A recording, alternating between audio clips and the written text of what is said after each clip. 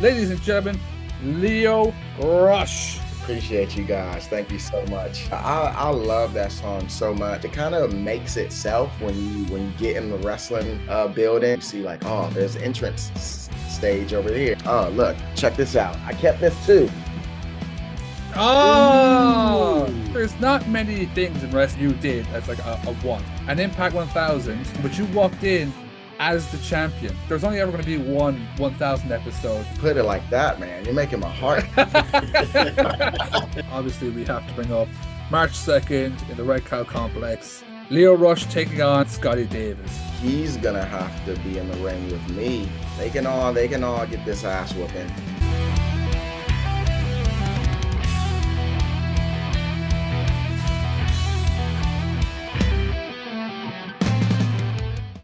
Ladies and gentlemen, what's going on? Welcome to another episode of the FiveMarks Pro Wrestling Podcast. I am your host, Mr. Martin115, joined as always by my lovely dance partner.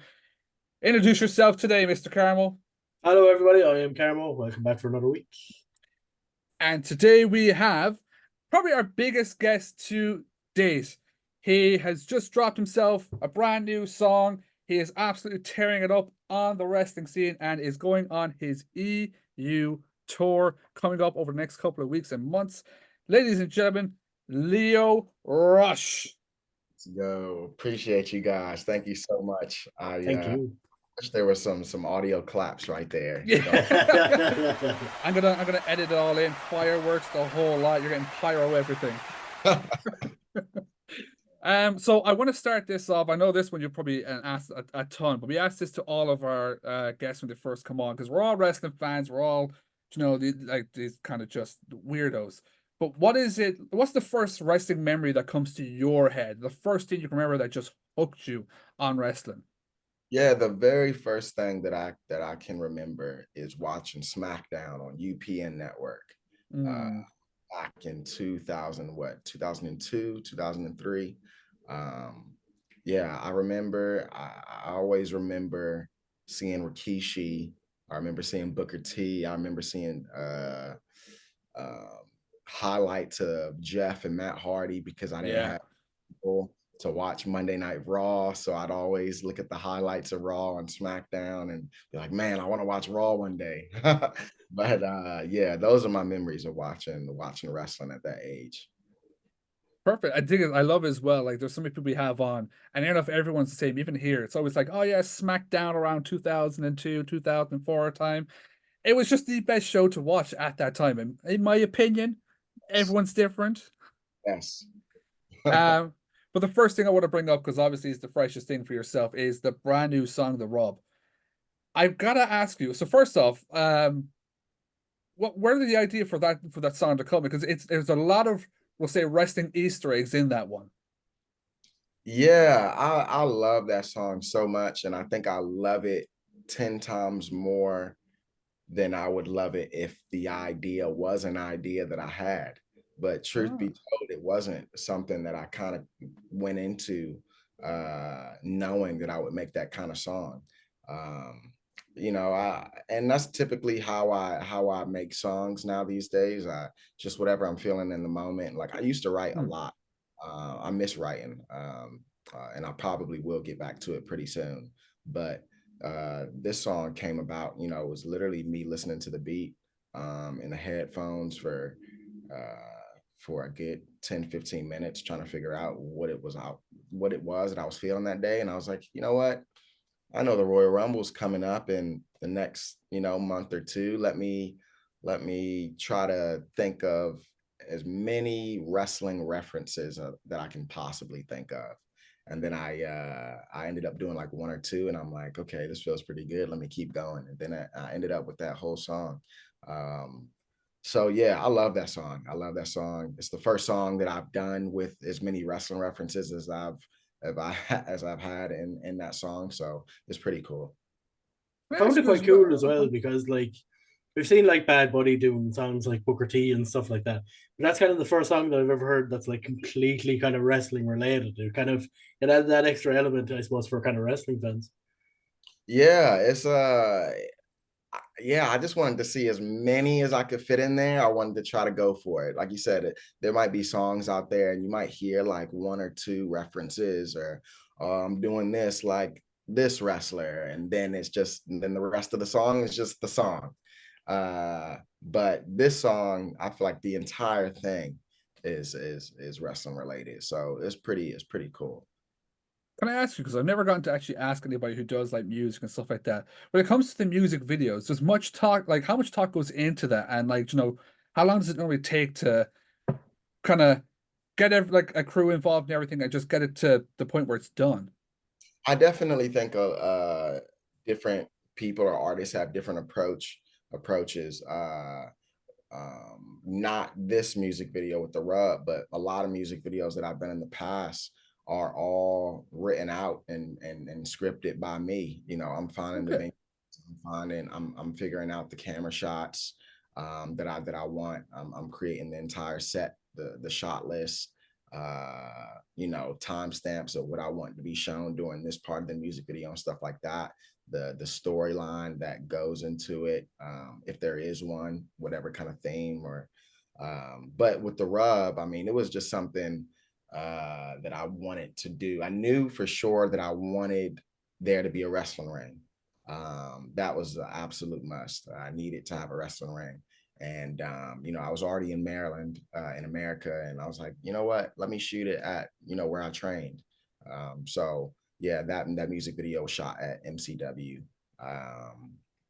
and yeah, it just kind of came together. It kind of makes itself when you get in the wrestling building and it's a wrestling song and you see like, oh, there's entrance stage over here, and like, oh, there's like a cage just sitting in the corner.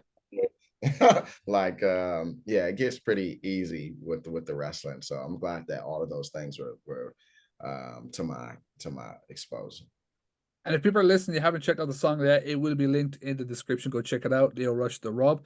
Um, there's one thing I wanna bring up. So I saw a clip on Twitter there the other day of you and Muscle Man Malcolm, and he had asked you who would you think is the most influential black wrestler, and you said R-Truth. That man has been around for so many years, especially like this. What he's doing now is just so comically just it's like genius. You look at this man, you go, "Oh my God, how did he turn such a simple thing into the funniest thing possible?" How how like important is something like Ron Killings to you? I mean, he's just extremely relatable. I think what he puts on television for everybody to watch is just the being relatable as a human being. And I feel like a lot of the time in wrestling, we forget that the wrestlers are humans Mm. and they go through very normal things. I mean, I remember seeing him, I think he ran out with the briefcase and he was asking, what the passcode was for the briefcase because he couldn't open. And I was just like, man, this is incredible. His facial expressions, his reactions to certain things that's said and done. I think he is a wrestling genius. He's for sure a sports entertainment genius, for sure. Like I don't know if you've seen the stuff he's doing currently, but just I want to bring up the Rumble.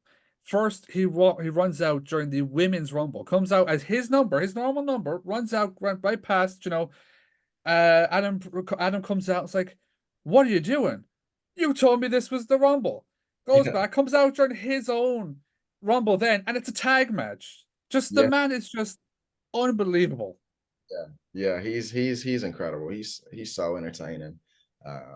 Yeah, and that in this era of wrestling, I feel like to create those new fans and to bring more people in and make them stick, Mm. you gotta show that you're relatable. And if I'm somebody who's never watched wrestling before, and I turn on the TV and I see R-Truth acting the way that he's acting, I'm gonna stick around to see what's happening. So yeah, kudos to him. I'm gonna throw it over to Carmo now. I kind of want to bringing it back into yourself, I want to kind of go to WWE for a small bit, if that's okay. I want to ask you about your time at WrestleMania 35.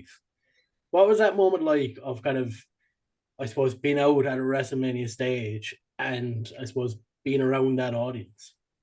It was absolutely surreal. Definitely a moment that I'll never forget. And it happened so quickly. You know, you wake up the next morning and you're looking at videos and highlights and pictures, and you're like, man, did that happen? It was one of those moments that I'll never forget. Being a part of it was just exhilarating. I mean, there's so much happening around you. You know that, you know, if you're on the card, you know that you have, you know, your own things to focus on, but you see other people that's on the card and you see them getting ready backstage, and you're like, oh man, they've got a big moment too. You're seeing all of these people who have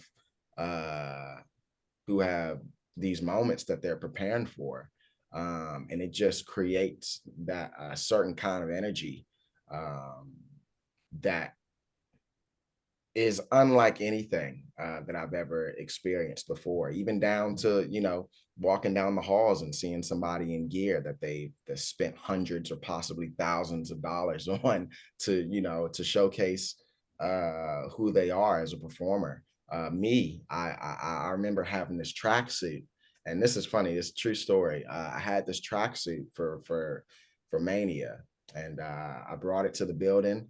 I saw everybody's gear and what they were going to be wearing, and I instantly started freaking out. I went to the seamstress and I asked if they can bedazzle my tracksuit. Yeah. Underdressed to the party. Yeah, so I had everything was there. The lining was there, the colors were there, but I was missing a little bit of flash. So I asked the seamstress to bedazzle my gear, and he bedazzled my Man of the Hour logo on the back, the MOTH, that was in gold. So I was ready to go, man. I was feeling pretty confident. I would have loved to been the person there at the time, just like, please, please, please do this. It's like, okay, we'll do it now. Don't worry. I think Pat McAfee had the same thing. He came with just like a tank top and was like looking around. He's like, shit. Yeah. Special. And he literally just got little like jewels on the tank top, and that was it. Yes. Yes, you gotta have the flash. You got to. When those cameras hit, you gotta pop, man. When the lights are shining bright, it's gotta reflect off of you in some way. So you gotta be ready. I kind of slightly had to ask, but were you disappointed that you weren't in a match at that WrestleMania, or were you just absolutely over the moon to just be a part of the occasion? I was definitely I was extremely excited to just be a part of it. There was a little part of me that, you know, hoped that I had a match on the card. But you know, who doesn't? You know, you look at how special WrestleMania is, you look at who's performing, and you want to be there. I feel like if you're not performing on WrestleMania and you're there, well, if you're at WrestleMania and you don't feel like you should be on that card, then it's a problem. You know, so I definitely felt the want to wrestle that night, but you know, it wasn't about me. It was about Finn, it was about Bobby, and I was just, you know, they even put me on the poster. They didn't even have to do that. They didn't have to put me on the match card poster, but they did that, and I'm super appreciative of that. So, have you got a poster at your house now? I do. It's yeah, it's pretty cool. I've actually got a stack of those posters. Yeah, what a time that was. I asked you just because it's come to my head, because I know they did a series recently and there was like a load of like the times where legends couldn't find gear or they sold off gear. Is there much gear that you've like sold off or like you've kept from like special matches? I've gotten rid of and sold many gear sets. Yeah, I've gotten rid of a lot of gear sets, but I definitely did keep a lot. I kept my black tights that I wore on Monday Night Raw a lot. I kept all 3 of my vests that I wore, not in WWE, but I do have 3 separate vests. There's an orange one, there's a green one, and there's a red one that I plan on keeping forever. Probably pass those down to my 3 boys. So that's going to be pretty cool. I kept obviously all of my merch t-shirts. I have every merch t-shirt that I've ever created. That's in a nice little tub. What else?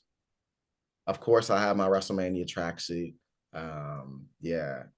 Things I definitely kept, gear that's paired up with certain special moments. Oh, look, check this out. I kept this too. Oh, Ooh. it's the nice version of it too. Yeah. That's actually a moment I was going to ask you about. I was going to ask you about winning that title against Drew Gulak, and I believe becoming the youngest ever Cruiserweight champion. Yeah, I gotta have that as a trophy, man. Because this is so surreal to me. Every time I look at it, it's just a reminder of how hard I worked to get to where I got. And it's a true testament and symbol of, dreams come true.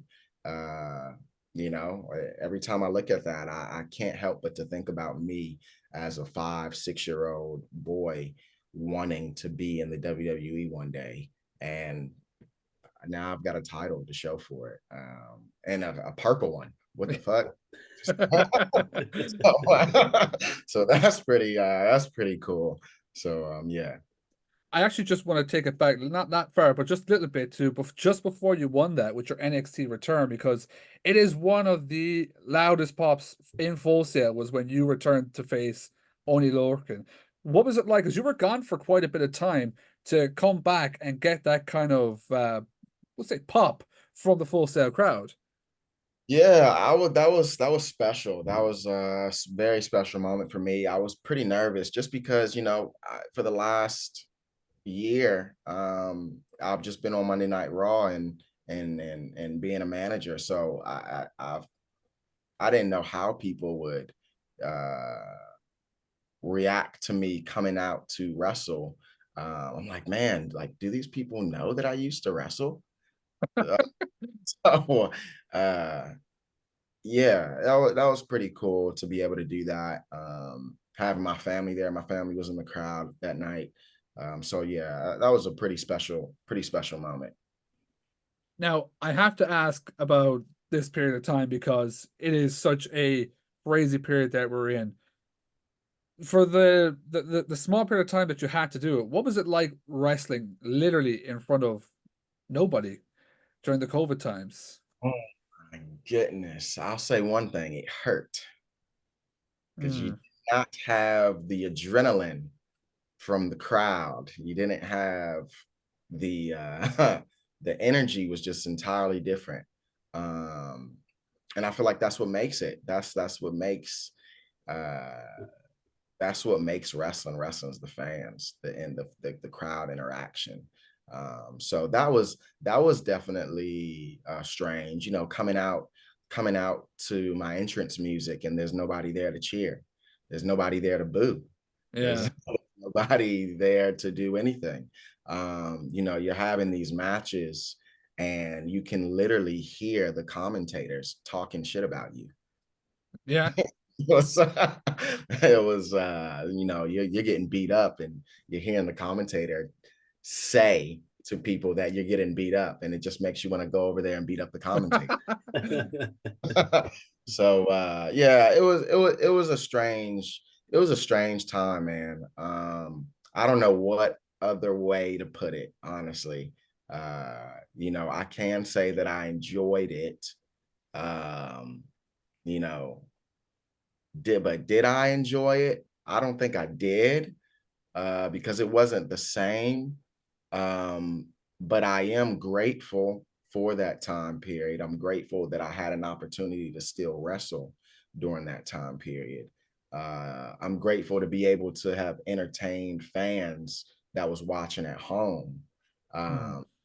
But man, did it suck getting chopped in front of nobody. But It sucked. It's back to your first training days where everything just hurt.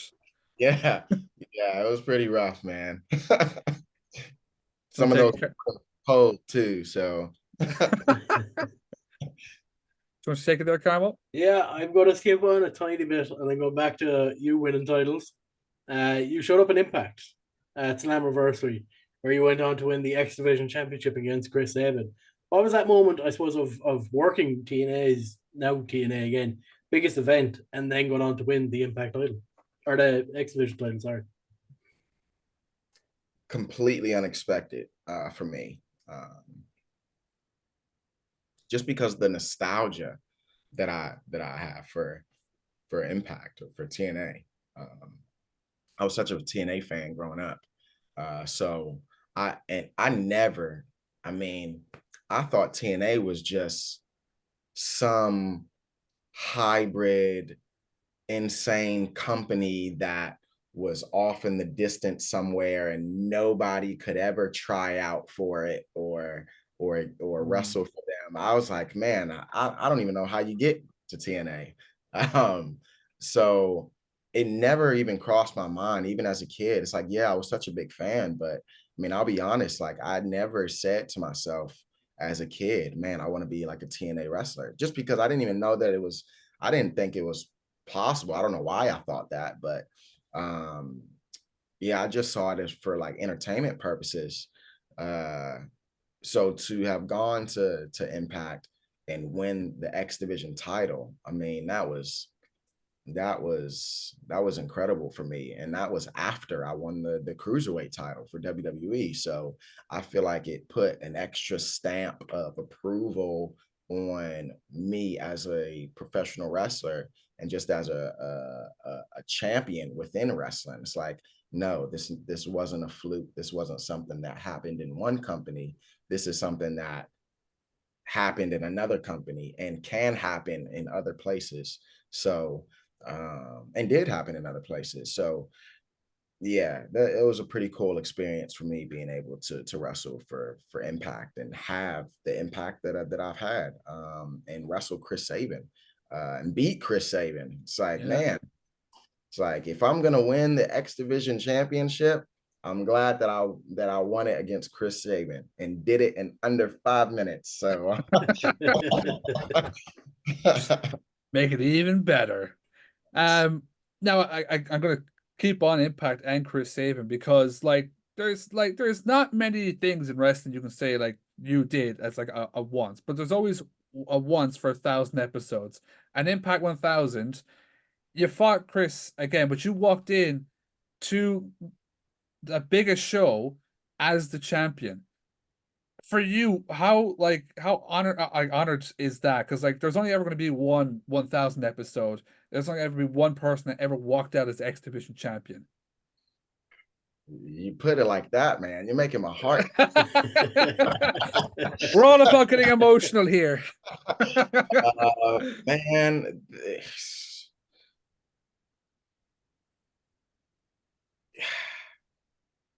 yeah, I mean, that's history. That's history.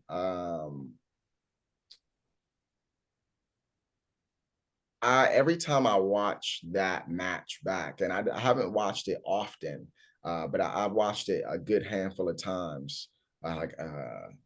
And it feels so surreal. It looked like I was in such a different mode as a performer and as a wrestler during that match. Me personally, I think that's my best match that I've had in 2023. Yeah, people will forever, like you said, people will forever go back and watch Impact 1000 and they will see Lio Rush defending the X Division Championship against Chris Sabin. And that is fucking cool. No better way to put it. And we've got to ask, because I think that was the last time you would appear for Impact, which is now TNA. If the call came, would you open that door and go work no longer for Impact, but now for the childhood thing that we loved, TNA? think they're calling right now, man. I'm like, oh, but yeah, I feel like there's unfinished business for sure. You know, I'd love to be a part of TNA. You know, I thought Lio Rush and Impact sounded cool, but I think Lio Rush and TNA would sound a lot better. So, you know, who knows? Wrestling is there's opportunity everywhere. And I like to say that there's unfinished business everywhere too. Um, because I've been everywhere. But I always feel like I can do more in those places. So Impact is definitely, you know, on that list of somewhere that I'd like to revisit. I think what I've done and what the fans have experienced of me within Impact, I think was just only a small glimpse of what I could do there. A very small glimpse. So yeah, hopefully one day it'll happen. I mean, which sounds better, Impact X Division champion or TNA X Division champion? You know, TNA, let's go. go to you, Carmo. It's going to happen. Before we kind of cut into OTT, which is kind of what we're here to talk about, I want to ask you about your time in New Japan. How has it been working with New Japan and being a part of Team Chaos? It's been great. It's been such a life-altering experience, being a part of Chaos and being a part of New Japan, being in Japan. All of it has changed my life for the better. Uh, yeah, it's been incredible. Building those relationships, wrestling in front of those fans. I feel like I've earned the trust and respect of the fans and of the locker room, which means a lot to me. A lot of those guys in New Japan were already familiar with me because of my early days in Ring of Honor. When they used to come over to America and wrestle for Ring of Honor, and I was only about a year or two in, a big blonde mohawk. Uh, yeah, they somehow remembered me, and it's so cool to be able to now wrestle with those wrestlers because you know those are I feel like the best wrestlers in the world, really. Yeah. Well, that's just as like you're someone who's, you could say, it's done it all: WWE, AEW, Impact, Japan. I always saw Japan as something that if someone's given the chance, should like, just dive on it, because I always feel like if for most people when they go to Japan, they always come back just a better wrestler and appreciating the sport more. Yes, no, I definitely agree. I for sure think that it's made me a better wrestler. I think it's made me think a lot smarter about the things that I do inside of the ring, and it's made me a lot tougher. It's made me a lot. My pacing in the ring is a lot better too. I just think all around, you know, wrestlers in Japan will do that to you, and Japan will do that to you. Japan will show you an entirely new world, a different way of living, a different way of thinking.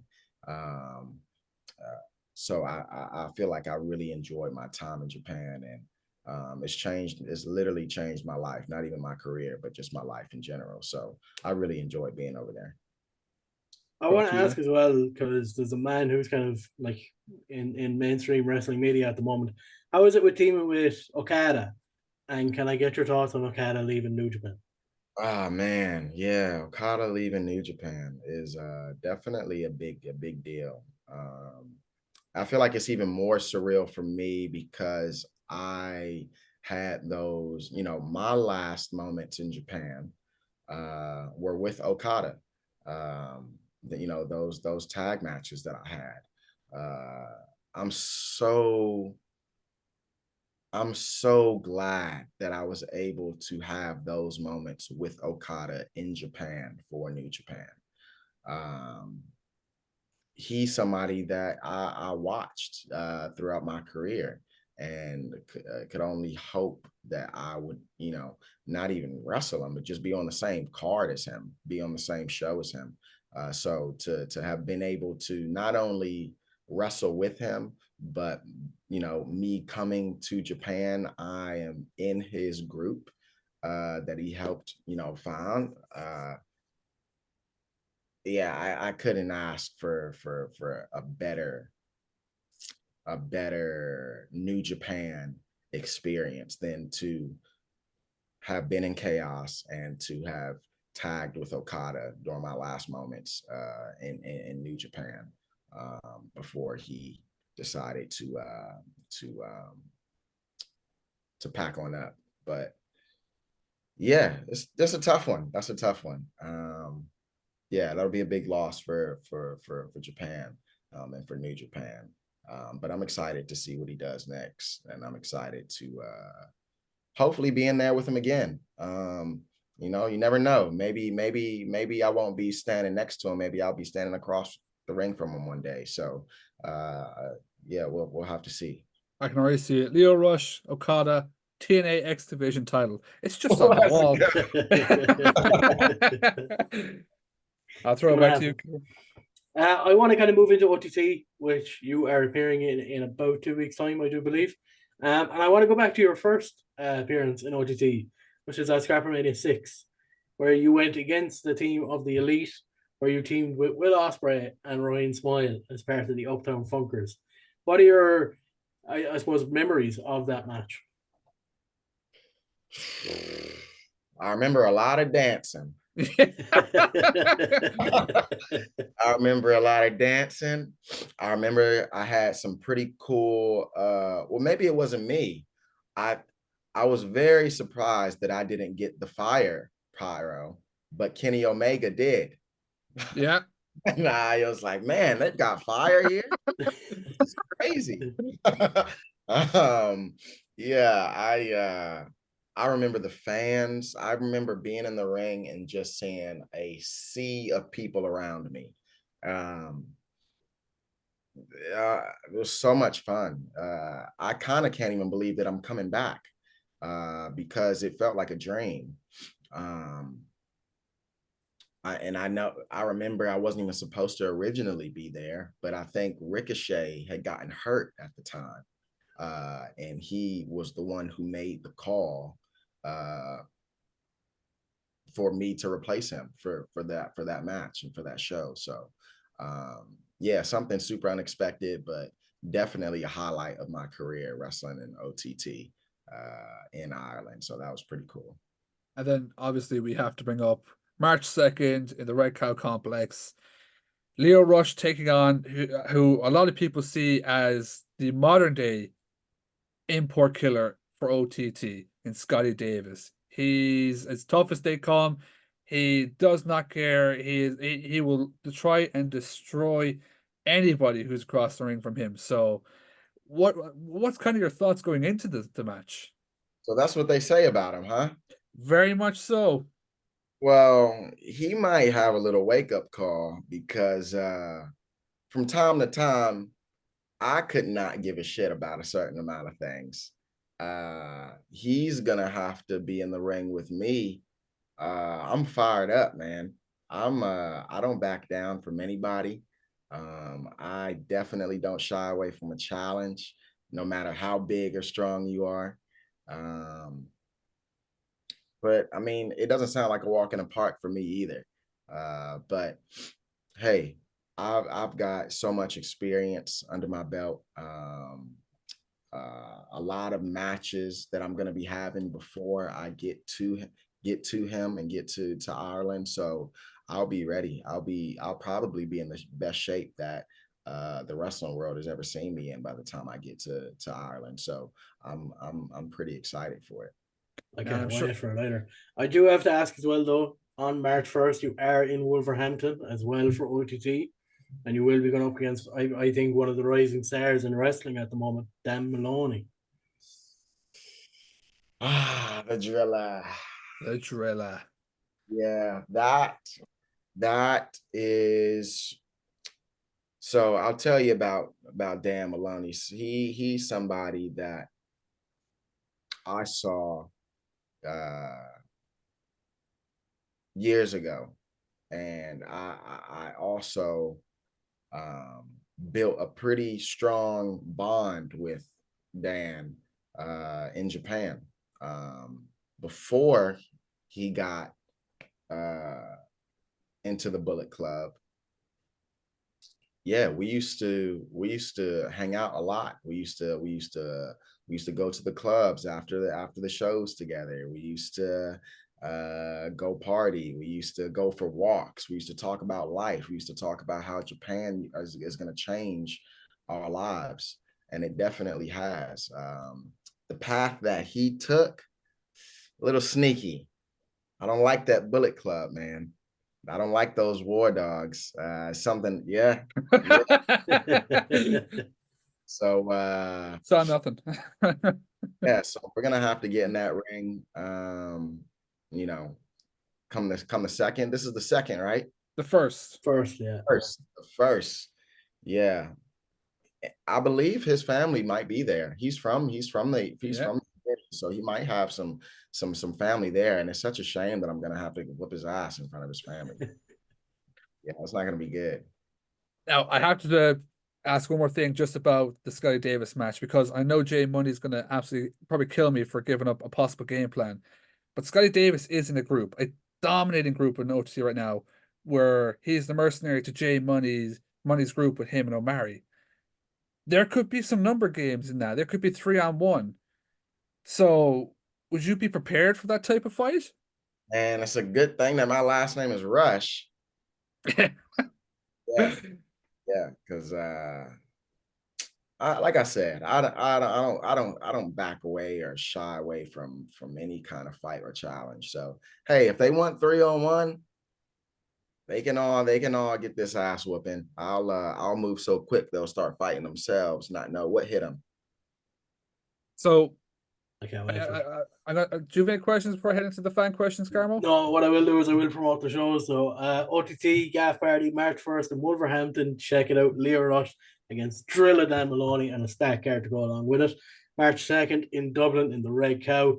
Lio Rush against Scotty Davis in a banging card as well. Make sure to get your tickets and go to the show. Man. So we asked a few fans for some questions for yourself. I'm going to run through these as fast as I possibly can. The first one is, how well do you think Jay, and I'm sorry if I butcher his name, I'm going to butcher it, I know it, Manaki will do in WWE. Your match with him in DPW was one of my favorite matches of 2023. See, no, Jay Malachi. See, I thought Malachi, but it's not spelled the same. No, but man, he's gonna do so good. I think he's so young. I think that's anybody who's young, and I'm only speaking from obviously my experience, but I feel like being young and being a part of that system, and being good at what you do, and Jay Malachi is definitely good. I hope that he can stay patient with himself. Yeah, he's gonna want a lot. I wanted a lot, and not comparing myself to him or vice versa, but it's hard being that young and that good on such a big platform. So I know he's gonna do good.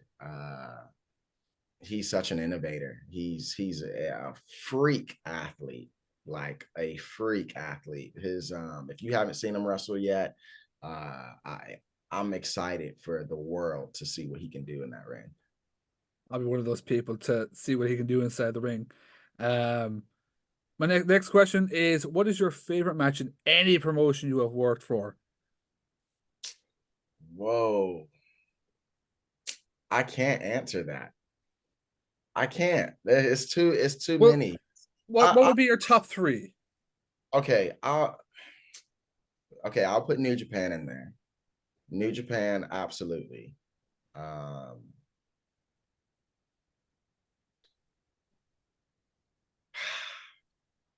Why? This is so hard. we can blame Ryan for that one. Cheers, Ryan. This is way. Hey, maybe I'll say OTT. I really enjoyed OTT. I really enjoyed OTT. That was a good one. And I've got to say WWE, just because that there's no other experience like it. There really isn't. What would be some of your favorite matches? Would you say like honorable mention matches that people should definitely go check out of Lio Rush? Oh my goodness. Well, for sure, I'll say Chris Sabin versus myself from that Impact 1000. Like I said, that was probably my best match that I've had in 2023. I'll say go check out myself versus Hiromu for the IWGP Junior title. I forget what show. It might have been New Beginning. Yeah, I think it was New Beginning. I came out with the half face paint. Came out with Yo. That was a really good match. And then I want to put a match that